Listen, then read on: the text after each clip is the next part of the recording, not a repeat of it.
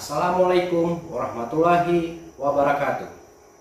Perkenalkan, saya Masri Ramadan, NIDN 0105058701. Unit kerja saya pada program studi Ekonomi Pembangunan, Fakultas Ekonomi dan Bisnis Universitas Gajah Putih.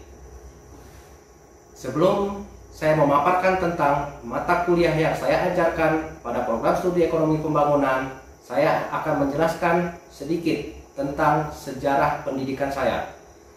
Sebelumnya, saya menyelesaikan kuliah S1 di Lembaga Universitas Syah Kuala pada program studi Ekonomi Pembangunan dari tahun 2005 sampai dengan 2009. Dan melanjutkan program studi Magister S2 di Lembaga Universitas Syah Kuala dengan jurusan Ekonomi Pembangunan dari tahun 2010 sampai dengan tahun 2012. Melalui perkembangan ilmu yang saya dapatkan di pendidikan baik S1 dan S2 saya akhirnya melamar bekerja pada Universitas Gajah Putih, khususnya program studi Ekonomi Pembangunan. Jadi sejak tahun 2012 saya bekerja sebagai dosen mengajar di Universitas Gajah Putih pada program studi Ekonomi Pembangunan. Adapun mata kuliah yang saya ampu pada program studi Ekonomi Pembangunan pada Fakultas Ekonomi dan Bisnis Universitas Gajah Putih diantaranya Makroekonomi 1, Makroekonomi 2, Ekonomi Internasional 1, Ekonomi Internasional 2.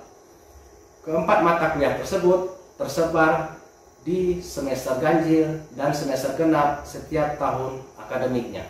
Berikutnya, saya akan paparkan gambaran umum tentang mata kuliah Makroekonomi 1, di mana mata kuliah Makroekonomi 1 merupakan mata kuliah wajib atau mata kuliah pokok pada program studi Ekonomi Pembangunan yang merupakan lanjutan dari mata kuliah pengantar ekonomi.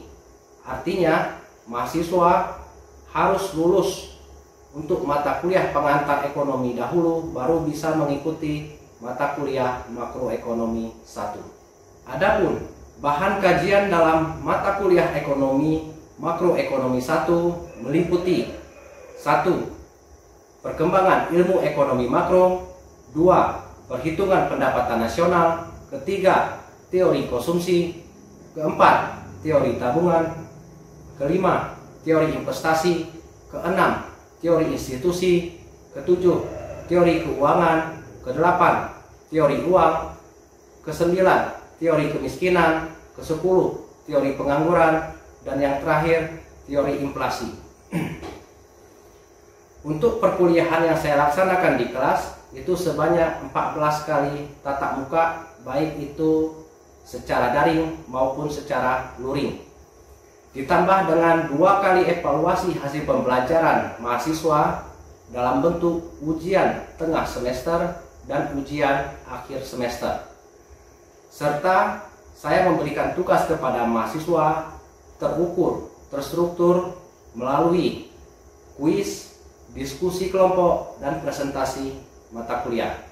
Selanjutnya, kemampuan akhir yang diharapkan dari pembelajaran mata kuliah ini adalah: pertama, mahasiswa diharapkan mampu memahami dasar-dasar dari teori ekonomi makro serta dan menerapkan teori-teori tersebut serta menganalisis isu-isu ekonomi dalam praktek kehidupannya sehari-hari. Sedikit saya akan paparkan tentang capaian program studi pada program studi Ekonomi Pembangunan Fakultas Ekonomi dan Bisnis. Pertama, mahasiswa diharapkan mampu menerapkan pemikiran yang logis, kritis, sistematis, dan inovatif dalam konteks pengembangan atau implementasi ilmu pengetahuan dan teknologi yang memperhatikan dan menerapkan nilai-nilai humaniora sesuai dengan bidang ekonomi pembangunan. Kedua, diharapkan mahasiswa mampu mengimplementasikan dan menggambarkan pertumbuhan ekonomi yang berbasis iptek, pembangunan ekonomi yang berkelanjutan, serta mampu menerapkan kebijakan teori-teori ekonomi dengan mengikuti etika keilmuan, konsentrasi, serta memiliki tanggung jawab. Ketiga, mahasiswa diharapkan mampu menginternalisasi semangat kemandiriannya, kejujurannya, kewirausahaan, menunjukkan sikap yang tanggung jawab atas pekerjaan sesuai dengan bidang ekonomi pembangunan. Keempat, mahasiswa mampu menunjukkan kinerja yang mandiri, bermutu, dan terukur. Dan yang terakhir, diharapkan mahasiswa mampu menguasai teori-teori dasar ekonomi pembangunan dan teori-teori lanjutan sebagai dasar pembentukan konsentrasi keilmuannya. Sedikit saya akan paparkan tentang konsentrasi yang terdapat pada program studi ekonomi pembangunan, diantaranya konsentrasi ekonomi publik, konsentrasi ekonomi moneter, konsentrasi ekonomi internasional, konsentrasi ekonomi regional, dan konsentrasi ekonomi pertanian. Adapun capaian pembelajaran pada mata kuliah makroekonomi 1 yang saya ajarkan di kelas, diantaranya ada penguasaan pengetahuan, keterampilan khusus, keterampilan umum, dan sikap. Baik, saya akan paparkan sedikit tentang capaian pembelajaran melalui penguasaan pengetahuan. Melalui penguasaan pengetahuan, diharapkan mahasiswa mampu memahami dasar-dasar teori ekonomi dan perkembangan pemikiran ekonomi. Kedua, diharapkan mahasiswa mampu memahami relevansi penggunaan teori-teori ekonomi dalam kehidupannya sehari-hari. Yang ketiga, diharapkan mahasiswa mampu mendeskripsikan konsep dasar-dasar dari makroekonomi. Sedangkan untuk keterampilan khusus, diharapkan mahasiswa itu mampu menganalisis perkembangan dan arah kebijakan ekonomi di Indonesia. Kedua, mahasiswa diharapkan mampu menggambarkan dan mengkaji berbagai permasalahan ekonomi, khususnya makroekonomi. Yang ketiga, diharapkan mahasiswa mampu menguasai teori-teori ekonomi untuk menganalisa fenomena-fenomena ekonomi. Sedangkan capaian diharapkan dalam keterampilan umum dari si mahasiswa, yang pertama, diharapkan mahasiswa mampu mengkaji implikasi pengembangan dan implementasi ilmu, pengetahuan, dan teknologi yang memperhatikan dan menerapkan nilai-nilai humaniora sesuai dengan keahlian berdasarkan kaidah, tata cara, etika, ilmiah dalam menghasilkan solusi, gagasan, desain, dan kritik seni. Kedua, diharapkan mahasiswa mampu mendokumentasikan, menyimpan, dan mengamankan, serta menemukan kembali data-data makroekonomi agar mudah untuk dibuat sebuah kebijakan. Keempat, capaian yang diharapkan dari mata kuliah ini melalui sikap. Pertama adalah diharapkan mahasiswa mampu menginternalisasi nilai, norma, etika akademiknya. Yang kedua, mahasiswa mampu menunjukkan sikap dan tanggung jawab atas pekerjaan di bidang ilmu keahliannya. Yang ketiga, diharapkan mahasiswa mampu mendokumentasikan, menyimpan, mengamankan data-data makroekonomi. Keempat, menghargai keanekaragaman budaya, pandangan, agama, kepercayaan, serta pendapat atau temuan orisinal orang lain.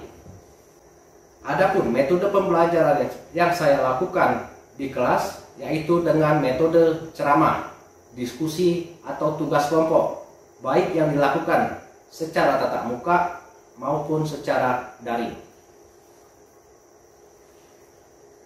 Sedikit saya akan gambarkan tugas yang pernah saya berikan kepada mahasiswa, terdiri dari tugas mandiri yang diberikan di akhir kuliah untuk melatih kemandirian mahasiswa. Yang kedua, tugas kelompok dan presentasi yang digunakan untuk melatih mahasiswa melalui kekompakan dan tanggung jawab. Adapun komponen penilaian yang saya berikan kepada mahasiswa itu terdiri dari ujian tengah semester dengan bobot nilai 30%, ujian akhir semester dengan bobot 30%, kehadiran dengan bobot 10%, kuis dengan bobot 15%, tugas individu dengan bobot 15%. Sedangkan nilai akhir yang diharapkan oleh mahasiswa untuk mendapatkan nilai A jika mahasiswa mendapatkan nilai kumulatif di atas 80%. Sedangkan nilai B didapat jika mahasiswa mendapatkan nilai kumulatif di atas 60% sampai dengan 80%. Sedangkan untuk mendapatkan nilai C, mahasiswa harus mengumpulkan nilai kumulatif di antara 40% sampai dengan 60%. Sedangkan nilai D, jika nilai mahasiswa itu di antara 20% sampai dengan 40%. Sedangkan jika nilai kumulatif mahasiswa di bawah 20% akan mendapatkan nilai E atau dengan kategori tidak lulus. Adapun referensi buku yang saya wajibkan di kelas yaitu buku Sadono Sukirno karangan terbaru, Budiono karangan terbaru, Menkyu karangan terbaru. Sedangkan referensi pendukung yang saya berikan kepada mahasiswa untuk menambah keilmuannya diantaranya adalah buku karangan Ardito Binardi tahun 2017, Indra Maipita tahun 2014, Sri Langgeng Ratnasari tahun 2008, Suparmoko edisi terbaru, Suseno dan Siti Atiyah tahun 2009, dan saya menggunakan jurnal-jurnal terkait dengan isu-isu yang berkembang pada saat ini yang digunakan untuk tugas-tugas kelompok untuk melatih mereka agar mampu menganalisa perkembangan ekonomi makro. Baiklah, ini merupakan deskripsi singkat tentang cara saya mengajar pada mata kuliah Makroekonomi 1 pada Fakultas Ekonomi dan Bisnis Universitas Gadjah Putih. Selanjutnya, saya akan tunjukkan video pengajaran saya pada mata kuliah Makroekonomi 1 semester ganjil tahun akademik 2001-2002.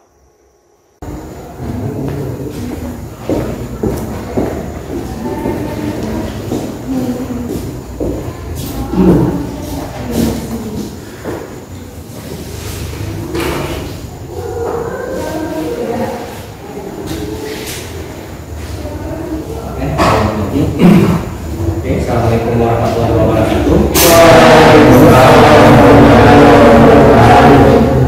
Terima kasih kepada sekalian sudah hadir dalam pertemuan kedua kita pada mata kuliah Perangkat Ekonomi Makro. Ini merupakan pertemuan kedua kita.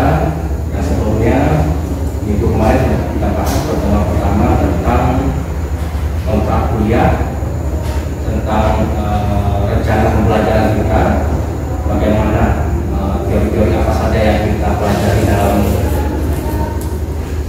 materi ini, terus sub-sub apa saja yang kita bahas di dalam pertemuan ini. Dan untuk pertemuan kedua kali ini akan kita bahas tentang perhitungan pendapatan nasional. Jadi sesuai dengan RPS kita, pertemuan kedua ini kita bahas tentang perhitungan pendapatan nasional, di mana subbagian capaian pembelajaran untuk materi pertemuan kedua kali ini akan kita bahas tentang yang diharapkan adalah mahasiswa itu menguasai konsep dasar tentang pendapatan sesuai dengan yang kita bahas tadi ya. Terus ada tuh materi-materi yang kita bahas dalam pertemuan ini, salah satunya adalah pengertian dari pendapatan nasional.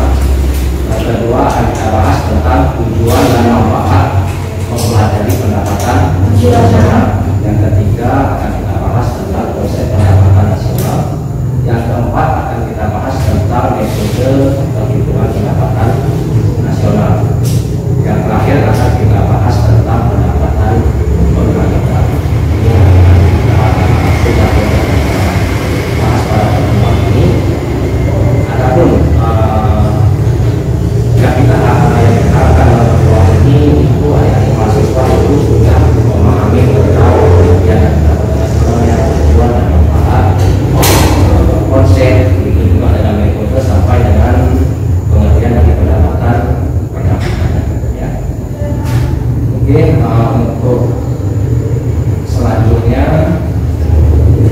kita akan bahas sesuai dengan mata kuliah kita tadi adalah pendapatan nasional. Pengertian dari pendapatan nasional itu adalah jumlah seluruh pendapatan yang diterima oleh masyarakat dalam suatu negara selama satu tahun. Jadi ibaratnya pendapatan nasional itu merupakan seluruh pendapatan yang diterima oleh masyarakat, baik itu masyarakat umum, baik itu masyarakat perusahaan, baik itu luar negeri dan pemerintahnya. Itu diukur dalam waktu kurun satu tahun, ya. Itu disebut dengan definisi dari pendapatan nasional. Selanjutnya, adapun tujuan dan manfaat kita mempelajari pendapatan nasional, yang pertama adalah untuk mengetahui kemampuan dan pemerataan perekonomian masyarakat di suatu negara. Misalnya kan kita sudah kita ketahui nih pendapatan nasional kita pada tahun 2021 misalnya, tahun ke-8 kemarin.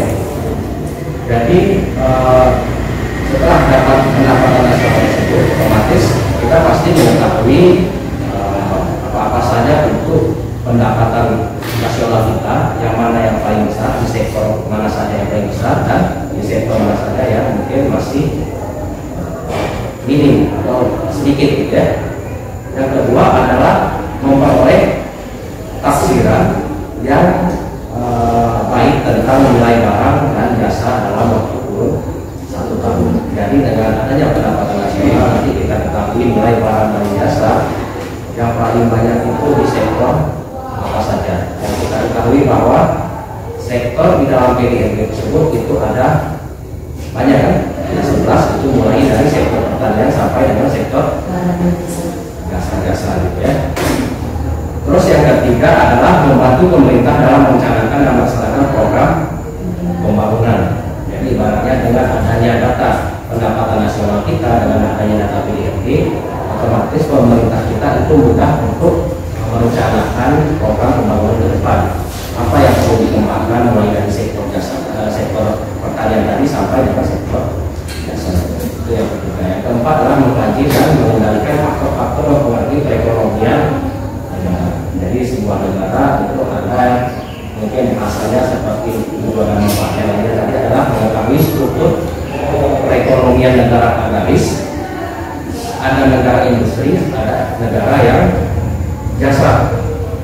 Dalam artian di sini adalah seperti contoh di negara kita saja. Negara kita ini masuk ke negara agraris, negara industri, atau negara yang berkembang di sektor jasa. Agraris, kenapa? Karena negara kita masuk ke dalam dari hasil PDRB saja itu mungkin kita ketahui bahwa sektor pertanian kita benar-benar hampir di semua daerah kita itu layak untuk dikembangkan sektor pertanian, mulai dari padi sampai dengan perkebunan yang lainnya. Makanya kita masuk ke dalam perekonomian yang bersifat agraris, ya. Terus manfaat dan tujuan selanjutnya adalah mengetahui pertumbuhan perekonomian negara dengan cara membandingkan pendapatan nasional dari waktu ke waktu. Jadi dengan adanya kita mempelajari pendapatan nasional, itu memudahkan pemerintah untuk menentukan di tahun berapa negara kita pertumbuhannya meningkat atau sebaliknya turun, gitu ya. Terus yang ketiga, dapat membandingkan perekonomian antar daerah. Jadi tidak semua daerah di negara kita itu mulai dari provinsi Aceh mungkin sampai dengan Papua, ada beberapa provinsi yang mungkin sektor pertaniannya itu lebih tinggi dibandingkan dengan provinsi yang lainnya. Kita contohkan misalnya di Pulau Jawa. Pulau Jawa itu mungkin pertaniannya itu nggak terlalu banyak lagi karena memang sudah dipadati dengan bangunan gitu ya.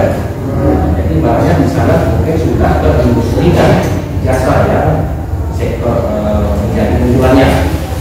Selanjutnya tadi adalah dapat dijadikan dasar perbandingan dengan perekonomian negara lain. Jadi barangnya dari pendapatan nasional kita bisa membandingkan mana negara maju, mana negara sedang berkembang, dan mana negara yang berkembang. Itu dengan mengukur dari pendapatan nasionalnya ya. Yang kelima adalah dapat membantu kebijakan pemerintah di bidang ekonomi, baik dari segi bantuannya, baik dari segi pembangunan infrastrukturnya dan yang lainnya. Ya. Ada beberapa faktor yang mempengaruhi pendapatan nasional. Yang pertama adalah investasi, yang kedua adalah demand dan supply, yang ketiga adalah konsumsi dan saving, sosial dan savingnya ya, itu bisa mempengaruhi pendapatan nasional. Coba bisa kita lihat kenapa investasi ini bisa mempengaruhi pendapatan nasional. Jadi investasi di sini coba kita bayangkan kalau seandainya semakin banyak orang berinvestasi, baik itu untuk memproduksi barang dan jasa, otomatis akan meningkatkan pendapatan nasional. Dan berarti kan produksi barang dan jasa itu semakin meningkat. Itulah makanya salah satu faktor mempengaruhi pendapatan nasional tadi adalah investasi. Yang kedua adalah demand dan supply. Demand dan supply atau permintaan dan penawaran itu juga bisa mempengaruhi pendapatan nasional. Kenapa? Kenapa permintaan dan penawaran itu bisa mempengaruhi pendapatan nasional? Kita bayangkan saja misalnya pendapatan permintaan akan barang dan jasa itu meningkat, otomatis perusahaan akan memproduksi lebih banyak. Semakin banyak permintaan tadi, perusahaan akan memproduksi barangnya lebih banyak sehingga akan meningkatkan pendapatan nasional. Coba kita bayangkan kalau seandainya perusahaan itu sudah memproduksi barang dan jasa, mereka kan harus membayar pajak ke negara kan? Misalnya kita memproduksi sepeda motor, kan ada pajak sepeda motornya tadi asumsikan misalnya 10% tadi masuk ke dalam kas negara menjadi pendapatan nasional. Itu sebabnya makanya permintaan dan penawaran itu bisa mempengaruhi pendapatan nasional. Yang ketiga adalah konsumsi dan saving, itu juga bisa mempengaruhi pendapatan nasional. Kenapa? Sama seperti permintaan dan penawaran tadi, semakin banyak masyarakat kita mengkonsumsi barang dan jasa, otomatis akan meningkatkan pendapatan nasional melalui konsumsi barang dan jasa yang semakin meningkat. Terus yang terakhir ada saving. Saving ini apa? Saving itu adalah tabungan kan? Semakin tinggi tabungan, semakin banyak uang yang bisa kita investasikan, itu akan meningkatkan pendapatan nasional. Kita lihat misalnya dari panah tersebut, konsumsi, saving itu ada panahnya ke investasi. Asumsikan aja misalnya tabungan itu jika semakin banyak itu akan dimanfaatkan oleh para investor untuk menggunakan untuk memproduksi barang dan jasa, untuk melakukan investasi ya. Jadi faktor-faktor yang mempengaruhi pendapatan nasional tadi itu ada hubungannya juga investasi, permintaan penawaran, konsumsi dan saving, dan itu seperti lingkaran keliling ya. Dan ibaratnya investasi tersebut itu bisa mempengaruhi demand dan supply, juga bisa mempengaruhi konsumsi dan saving, konsumsi dan saving juga bisa mempengaruhi investasi. Tetapi kita bayangkan kalau seandainya yang dikonsumsi masyarakat tadi itu lebih besar daripada yang di saving, otomatis mungkin terciptanya investasi akan lebih sulit kan. Karena ibaratnya masyarakat kita lebih banyak mengkonsumsi barang daripada jumlah uangnya di itu sebenarnya salah satu contohnya. Oke, selanjutnya atau mungkin ada pertanyaan dari mahasiswa sampai materi sejauh ini ada? Boleh kita lanjut dulu ya.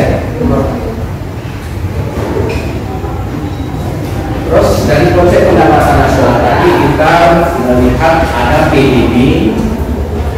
PDB tadi adalah produk domestik atau sama juga dengan istilahnya GDP atau gross domestic product, yang artinya adalah jumlah produk berupa barang dan jasa yang dihasilkan oleh unit produksi oleh perusahaan di dalam batas wilayah suatu negara selama 1 tahun. Jadi pendapatan nasional umumnya diukur waktunya hanya 1 tahun, biasanya dari 1 Januari sampai dengan 31 Desember.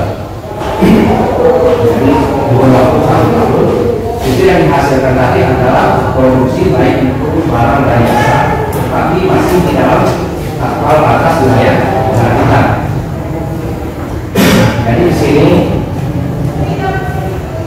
kalau kita simpulkan bahwa produk domestik bruto tadi adalah jumlah produk berupa barang dan jasa yang dihasilkan oleh unit-unit produksi oleh perusahaan-perusahaan, oleh perusahaan masyarakat, perusahaan pemerintah dan luar negeri tadi di dalam batas wilayah suatu negara selama waktu 2 tahun.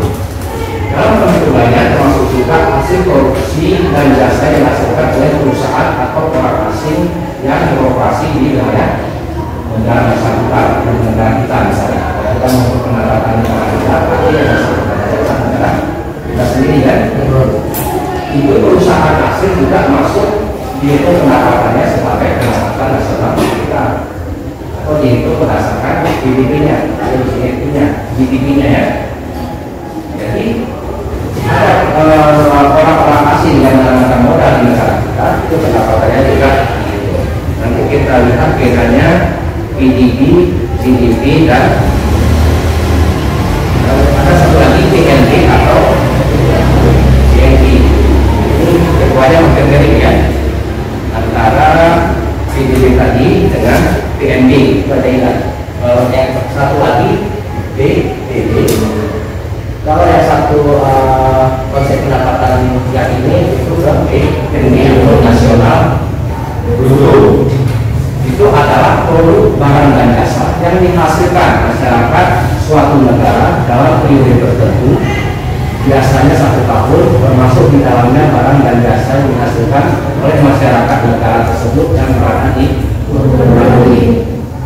Jadi ibaratnya tadi hanya kita ukur PDB-nya itu hanya pendapatan nasional di negara kita, walaupun itu termasuk orang asing. Sedangkan kalau PNB tadi itu kita ukur adalah pendapatan nasional dari hasil produksi barang dan jasa khusus untuk masyarakat kita saja. Masyarakat kita yang istilahnya di sini adalah masyarakat kita yang tinggal di Indonesia atau di negara kita, atau masyarakat kita yang tinggal di negara lain. Sedangkan untuk masyarakat luar negeri, katakanlah turis atau yang masyarakat luar negeri tadi, itu pendapatannya kita dihitung melalui PNB. Jadi beda. Jadi ingat aja istilahnya, kalau PDB tadi itu pendapatan negara kita, walaupun ada hasil negara kita untuk pendapatannya. Sedangkan kalau PNB tadi adalah pendapatan negara kita melalui nilai produk barang dan jasa yang dihasilkan khusus untuk masyarakat negara kita saja yang berkebangsaan Indonesia, baik yang berada di negara kita maupun yang berada di luar negeri. Misalnya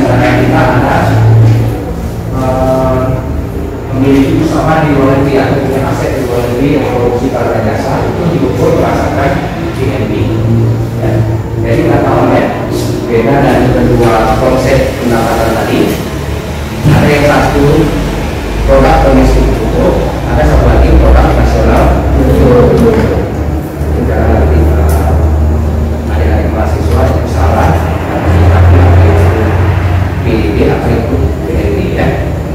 Terus ada lagi istilah pendapatan nasional yaitu net nasional produk, adalah jumlah barang dan jasa yang dihasilkan oleh masyarakat dalam periode tertentu setelah dikurangi pengusutan. Jadi dikatakan di sini ada kata-kata masyarakat, berarti hanya masyarakat negara kita saja, tidak termasuk orang asing. Dalam periode tertentu setelah dikurangi pengusutan. Apa itu pengusutan atau depresiasi? Pengusutan atau depresiasi tadi adalah seperti contoh misalnya nilai bangunan itu pas kita bangun sekarang kan beda nilainya dengan 5 tahun ke depan, atau yang paling mudah mungkin seperti mobil atau aset-aset bergerak yang lainnya seperti mesin dan lainnya. Kita beli misalnya mesinnya 1 miliar pada tahun 2010, 2015 itu mesinnya tadi bukan hanya 1 miliar lagi, kita turun menjadi 500 juta misalnya. Jadi ada pengusutan disebut dengan depresiasi. Jadi dikatakan net nasional produk tadi adalah pendapatan yang diukur berdasarkan jumlah barang dan jasa yang dihasilkan oleh masyarakat dalam periode tertentu setelah dikurangi pengusutan dari barang atau pengganti modalnya. Jadi modal juga sama juga seperti kita bayangkan uang sekarang kan beda dengan uang sekarang 100.000 beda dengan uang sekarang uang yang uang 100.000 nanti setelah 5 tahun ke depan beda nilainya kan. Kalau 100.000 sekarang itu masih bisa mungkin kita beli satu baju yang laki-laki gitu kan, yang laki. Sedangkan yang 5 tahun ke depan lagi itu mungkin 100.000 tidak cukup lagi untuk membeli satu pakaian atau satu baju. Tidak beda nilainya, tergantung nanti tingkat inflasinya. Makanya di dalam net nasional produk tadi itu diukur adalah jumlah barang dan jasa yang dihasilkan oleh masyarakat pada periode tertentu setelah dikurangi depresiasi dan barang pengganti modal. Terus istilah konsep pendapatan yang lainnya tadi adalah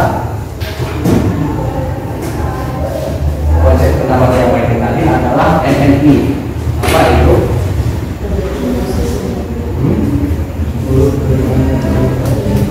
NNI kepanjangannya adalah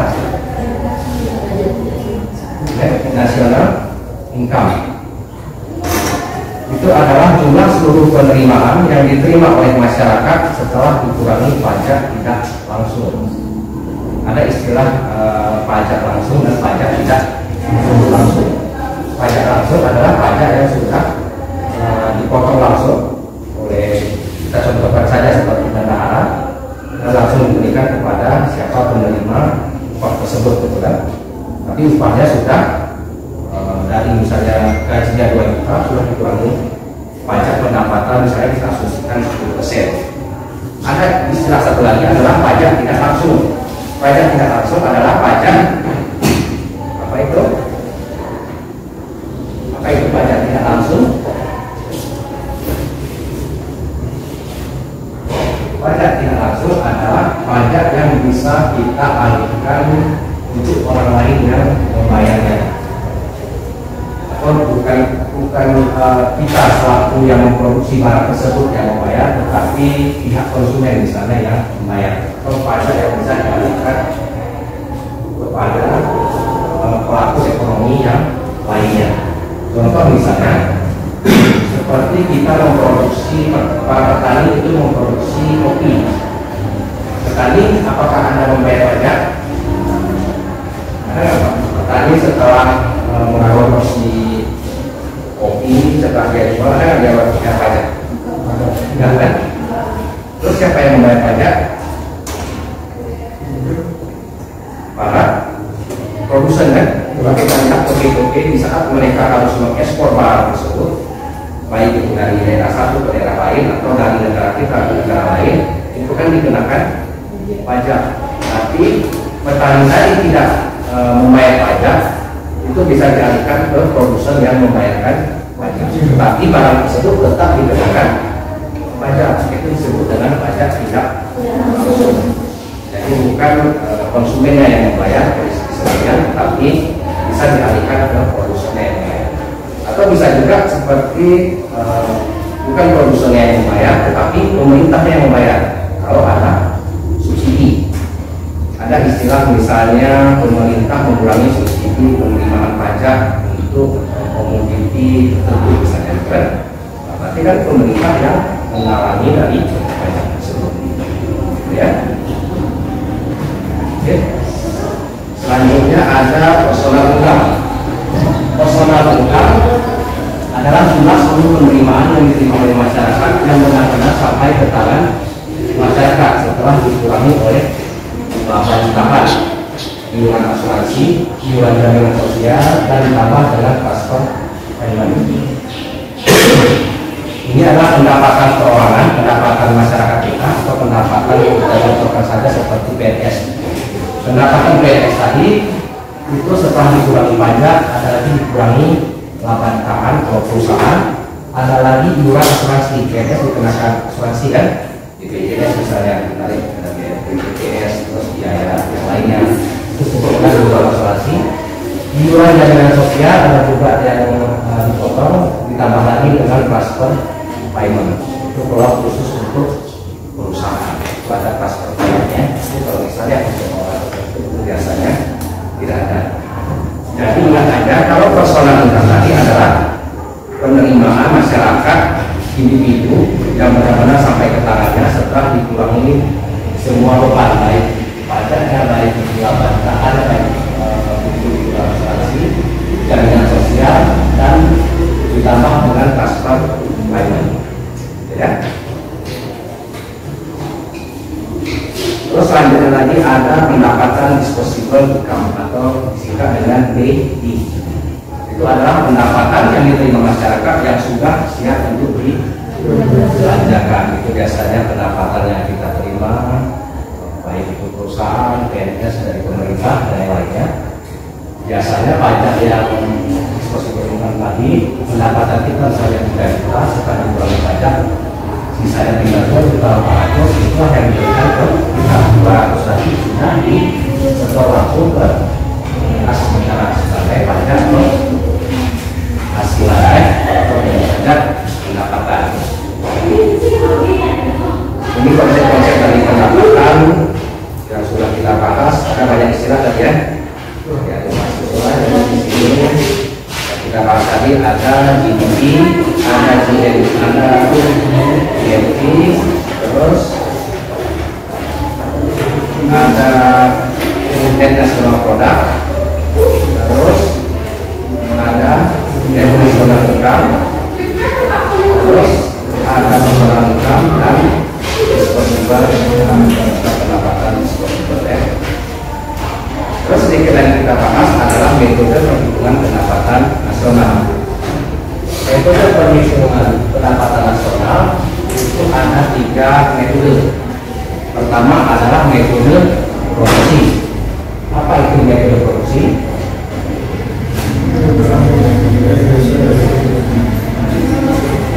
Metode yang dilakukan dengan cara nilai barang dan jasa yang diproduksi suatu negara dalam 1 tahun dengan cara menggunakan penelitian yang proses produksi. Jadi barangnya untuk menghitung pendapatan nasional tadi itu seluruh barang dan jasa tadi dikalikan dengan harga, itulah dihitung sebagai pendapatan nasional, baik itu sifatnya barang dan jasa.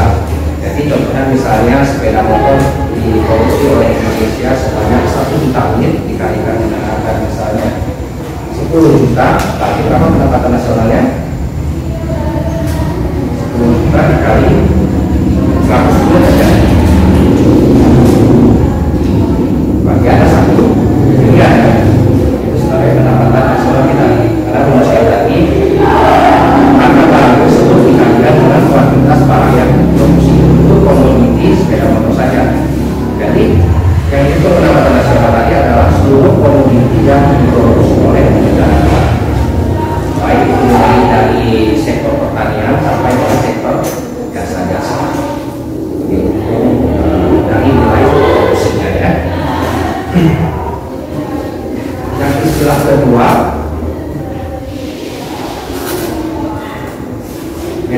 perhitungan pendapatan nasional adalah dengan cara mengukur pendapatan, yaitu dengan cara menjumlahkan seluruh pendapatan yang diterima pemilik faktor produksi. Siapa aja faktor pemilik produksi? Ada rumah tangga, produsen, rumah tangga, konsumen, ada rumah tangga, pemerintah, dan rumah tangga luar negeri. Ada 4 kan faktor produksi, ada 4 pelaku ekonomi yang disumbangkan kepada rumah tangga produsen selama 1 tahun. Ya, jadi metode perhitungan yang kedua adalah dengan mengukur pendapatan, yaitu seluruh pendapatan yang diterima baik pemilik faktor produksi yang disumbangkan kepada rumah tangga produsen selama 1 tahun.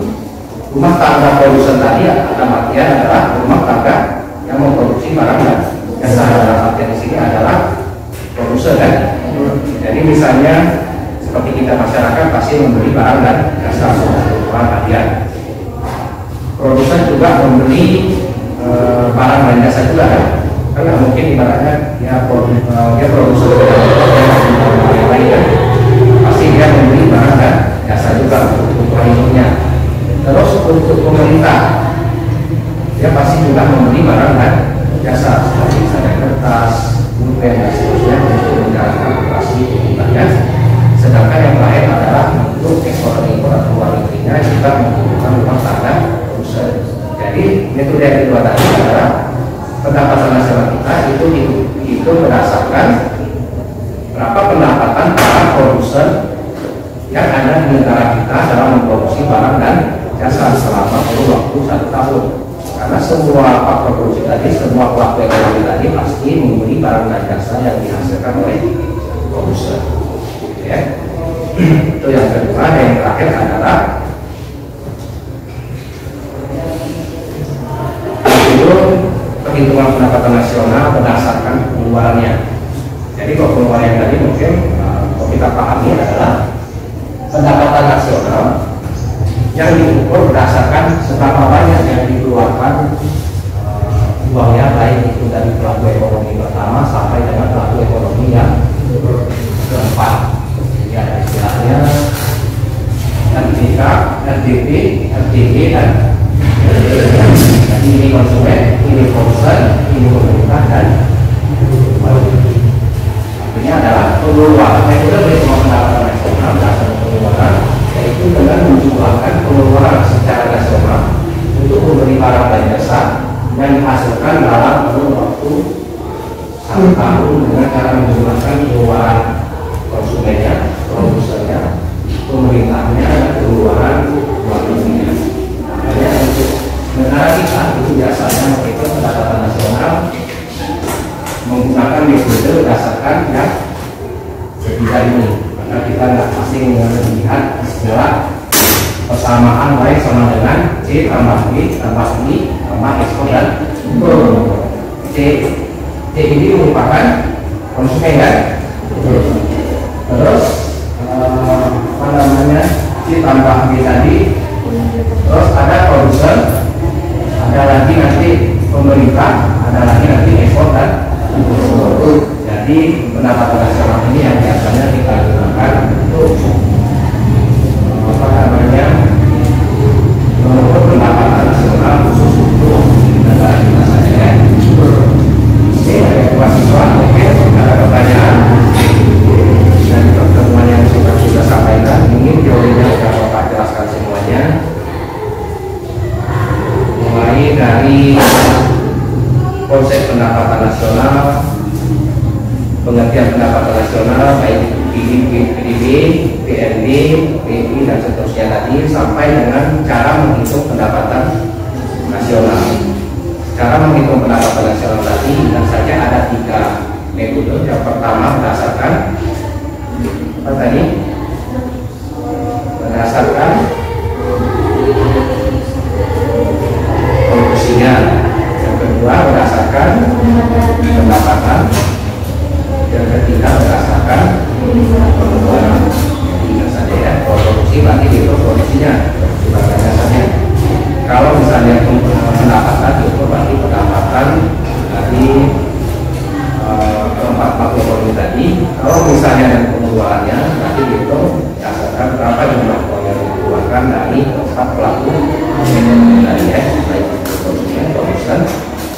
pemerintah dan warga dunia. Oke. Ini sedikit lagi Bapak bahas tentang pendapatan per kapita. Pendapatan pendapatan nasional juga, tetapi pendapatan per kapita tadi adalah besarnya pendapatan rata-rata penduduk suatu negara.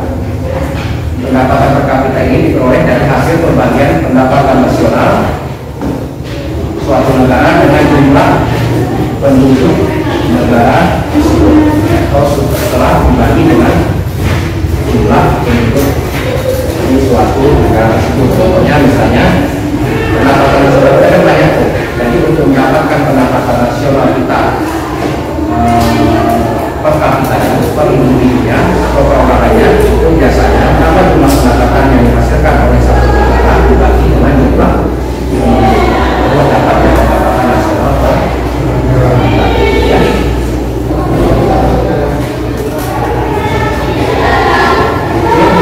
Bapak sudah bahas tentang konsep pendapatan tadi.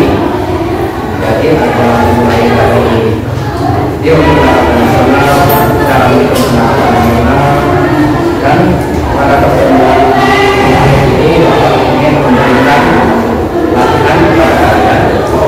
Ada latihan 1, latihan 2, dan sebagainya.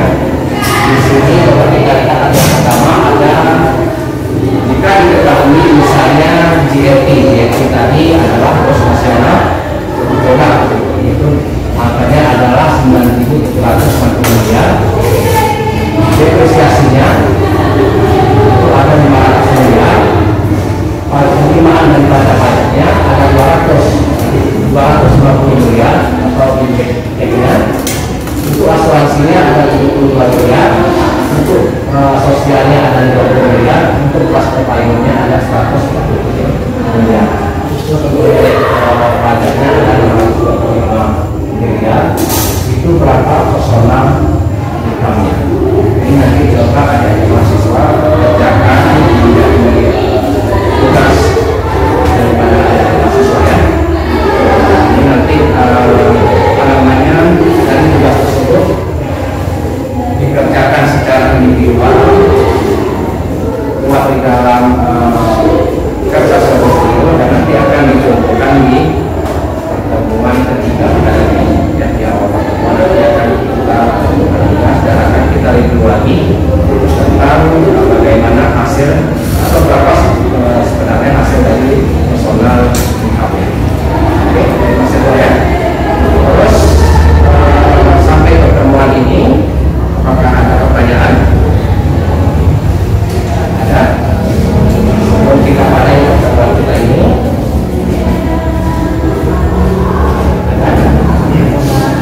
ada, kalau misalnya tidak, kita padai pertemuan kedua kita ini dengan teori pendapatan nasional seperti yang Bapak harapkan tadi adalah adik-adik mahasiswa itu sudah memahami tentang konsep dasar dari pendapatan nasional. Terus yang kedua adalah